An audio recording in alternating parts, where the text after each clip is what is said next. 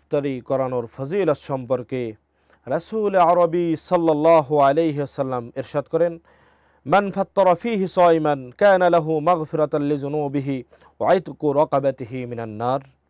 যে ব্যক্তি মাসে রোজাদারকে ইফতারি করাবে তা তার পাপ মোচন ও দোজখ থেকে মুক্তির কারণ হবে এবং ওই ব্যক্তি রোজাদারের সমান পুণ্যের অধিকারী হবেন, অথচ রোজাদারের পুণ্য হাতে একটু কমবে না। সুবহানাল্লাহ। তখন সাহাবায়ে কেরাম রিদওয়ানুল্লাহি তাআলা আলাইহিম আজমাইন আল্লাহর নবীর কাছে জানতে চাইলেন, ওগো আল্লাহর রসুল, আমাদের সকলের তো রোজাদারকে তৃপ্তি সহকারে ইফতারি করানোর সামর্থ্য নেই। তখন রাসূল আরবি সাল্লাল্লাহু আলাইহি সাল্লাম বলেন, ইয়াতিল্লাহু হাযা সাওবা মান ফাত্তারা সাইবান আলা মাদকাতি লাবানিন আও তামারাতিন আও শারবাতিন মিম্মা। যে ব্যক্তি কোনো রোজাদারকে এক ঢোক দুধ, একটা খেজুর, একটু পানি দিয়ে ইফতারি করাবে, আল্লাহ সুবহানাহু ওয়া তাআলা ওই ব্যক্তিকে তার গুনাহ খাতা ক্ষমা করে দেবেন এবং জাহান্নাম থেকে মুক্তি দান করবেন। এখানেই শেষ নয়, আল্লাহ সুবহানাহু ওয়া তাআলার কোনো বান্দা বান্দিগণ যখন নাকি কোনো ব্যক্তিকে তার সামর্থ্য মোতাবেক ইফতারি করাবে, ওই ইফতারির করার কারণে তাকে রোজাদারের সমতুল্য সওয়াব দান করবেন, তাতে রোজাদারের সওয়াবের একটু ঘাটতি এবং কমতি হবে না। সুবহানাল্লাহি ওয়া বিহামদি।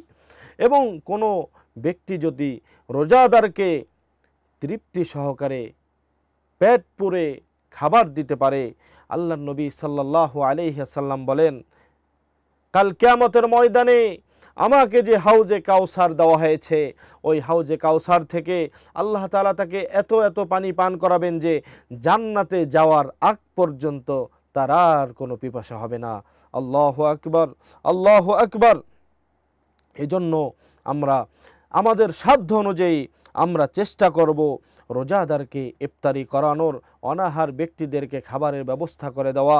প্রিয় শ্রোতা ভাই এবং বোনেরা, আমাদের একটা প্রস্তুতি থাকা দরকার যে রমজান মাসে আমি কিছু টাকা মানুষদেরকে দান সাদাকা করব, কিছু টাকা গরিব দুঃখীদেরকে ইফতারি কেনার জন্য আমি দিয়ে দিব এবং আমার আত্মীয় স্বজন যারা আছে তাদেরকে দাওয়াত দিয়ে আল্লাহকে রাজি খুশি করার জন্য, পরকালে আল্লাহ তাআলার থেকে কিছু পাওয়ার জন্য তাদেরকে ইফতারি করানোর জন্য একটা বাজেট আমাদের করা আবশ্যক এবং কর্তব্য মনে করি আমি।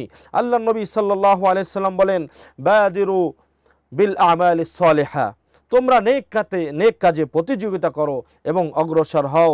আল্লাহ তাআলা কোরআনে ভেস্টের নিয়ামত রাজির বর্ণনা দিয়ে বিভিন্ন সময় বলেছেন যে বিভিন্ন সময় প্রতিযোগিতা করার জন্য আল্লাহ তাআলা বলেছেন, ওয়াফি যালিকা ফালিয়াতানাফাসিল মুতানাফিসুন, এমন বিষয়ে প্রতিযোগিতা করা উচিত। সম্মানিত হাজিরিন, আমরা নেক কাজে আমরা প্রতিযোগিতা করব। তাআওয়ানু আলাল বিররি ওয়াত তাকওয়া, নেক কাজে কল্যাণের কাজে একে অপরকে সহযোগিতা করব। ওয়ালা তাআওয়ানু আলাল ইসমি ওয়াল উদওয়ান, আমরা গুনাহের কাজে, পাপাচারে, সীমা লঙ্ঘনের কাজে একে অপরকে সহযোগিতা করা থেকে আমরা বিরত থাকব।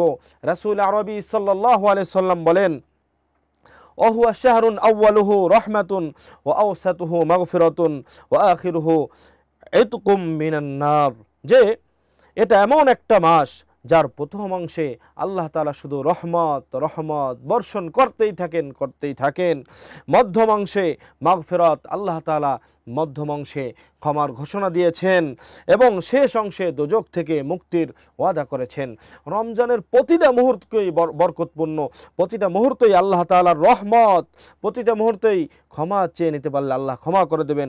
প্রতিটা মুহূর্ত আল্লাহর কাছে তাওবা করতে পারলে, মাপ চাইতে পারলে আল্লাহ তাআলা জাহান্নামের আযাব থেকে আপনাকে আমাকে সকলকেই মুক্তি দান করবেন। আল্লাহ তাআলা অসীম দয়ালু, আল্লাহ তাআলা ক্ষমা করতে ভালোবাসেন। আল্লাহ তাআলার বান্দাদের আমাদের একটা অভ্যাস, অপরাধীকে আমরা শাস্তি দিতে পারলে ভালোবাসি। আল্লাহ তাআলা রব্বুল আলামিন অপরাধীদেরকে মাফ করতে পারলেই তিনি পছন্দ করেন, অপরাধীকে ক্ষমা করতে পারলেই তিনি ভালোবাসেন। সম্মানিত হাজিরিন, এজন্য আমরাও আল্লাহ তাআলার থেকে, কোরআন হাদিস থেকে শিক্ষা নেব মানুষকে ক্ষমা করার, মানুষকে ক্ষমা করার। আল্লাহ নবী সাল্লাল্লাহু আলাইহি সাল্লাম বলেন, যে ব্যক্তি নাকি তার অধীনস্থ কর্মচারীদের রমজান উপলক্ষে, রমজান মাসে তাদের বোঝা হালকা করে দেবে, অফিস টাইম 8 ঘন্টা সেখানে 5 ঘন্টা করে দিল, এবং তার অধীনস্থ লোকদের প্রতি যেই অনুগ্রহ করলো, এজন্য আল্লাহ তাআলা তার জীবনের গুনাহ খাতাগুলো ক্ষমা করে দেওয়ার ওয়াদা করেছেন এবং তাকে জাহান্নাম থেকে পরিপূর্ণভাবে মুক্তি দিয়ে দেবেন। আল্লাহ তাআলা আমাদের সকলকে তার অনুগ্রহশীল বান্দা বান্দি যারা রয়েছেন তাদের মধ্যে শামিল হওয়ার তৌফিক দান করুক। আমাদের অধীনস্থ ভাই বোন যারা রয়েছেন, অফিসে, আদালতে, আমাদের বিভিন্ন প্রতিষ্ঠানে, আমরা যেন তাদের প্রতি ইহসান করি, দয়া করি। আমরা দয়া করলে কি হবে?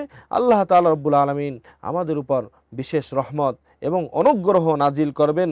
এজন্য আমরা আমাদের যারা নাকি অধীনস্থ তাদেরকে কাজের বোঝা হালকা করে দেব রমজান উপলক্ষে। আল্লাহ তাআলা আমাদেরকে সকলকে আমাদের রমজানের প্রতিটা নেক কাজগুলো ভালোভাবে সঠিকভাবে আঞ্জাম দেওয়ার তৌফিক দান করেন। আমিন। আখির দাওয়ানা আলহামদুলিল্লাহি রাব্বিল আলামিন।